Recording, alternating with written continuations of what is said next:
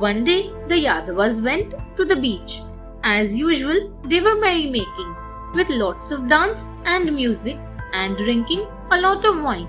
Soon they lost all sense of good conduct and began to behave very badly, teasing, mocking, and quarreling with one another. A major argument began between Kritavarma, who had fought on the side of the Kauravas, and Satyaki, who fought for the Pandavas. "What a great warrior you are! You killed sleeping soldiers," mocked Satyaki.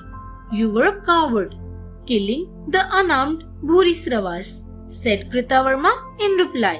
The Yadavas cheered on both the men, each group defending its side and violently opposing the other. Very soon they came to blows, and in a short while there was complete chaos as the Yadavas fought one another.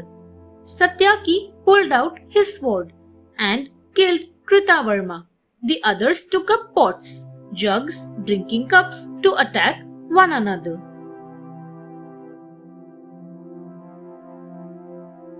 Krishna's departure. Pradyumna, Krishna's son, was also fighting among the Yadava men. He and Satyaki were also killed. It was not long before Krishna knew the hour of departure had come and gave them the rushes. The Yadavas plucked out the strong, sharp rushes growing there to attack one another. As they were plucked, each one became a mace. They were used with deadly effect. Balrama saw this and was deeply ashamed. He went into a yogic trance and gave up his body. Seeing Balrama depart, Krishna was very sad. He left the place and wandered into the forested part of the beach.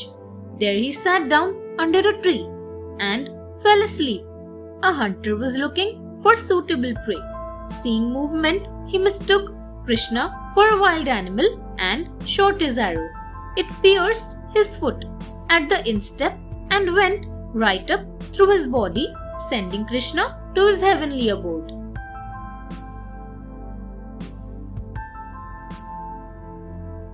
The last journey. The Yadavas were finished. Krishna, their cousin, friend, and guide, was gone. The Pandavas did not wish to live any longer in Hastinapur. Abhimanyu's son Parikshit was crowned the king. Then the Pandavas and Draupadi began a long pilgrimage, which was their last journey. Somewhere along the way, a dog attached itself to the group. They reached the Himalayas and visited the holy places as they climbed. One by one they grew exhausted, fell by the wayside and died.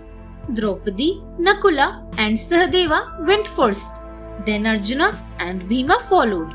Yudhishthira kept walking along alone, followed by the faithful dog, who was actually Dharma. Everyone, friends, teachers, mothers, brothers, wife, had left Yudhishthira, except Dharma, right conduct. He met Indra, who had come to take him to heaven in a chariot. But Indra would not take the dog.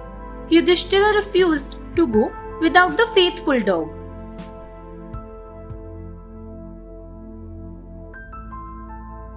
A strange heaven. The dog vanished as Yudhishthira had succeeded in Dharma's test.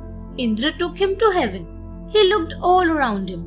It was a beautiful place, but there was no sign of his brothers. He saw Duryodhana seated in splendor, with divine forms around him. He looked away. "Where are my brothers?" he asked. "I do not wish to see this greedy and dishonorable man sitting here, after committing sins arising from his hatred and envy. He has been wicked and insulted Draupadi. Take me where my brothers are."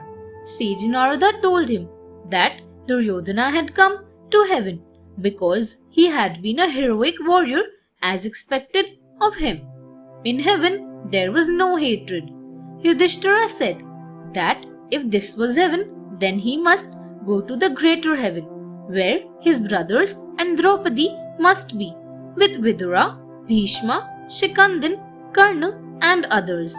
The angels agreed to take him there. Thanks for watching. Do like, share, subscribe to Sahil Book House.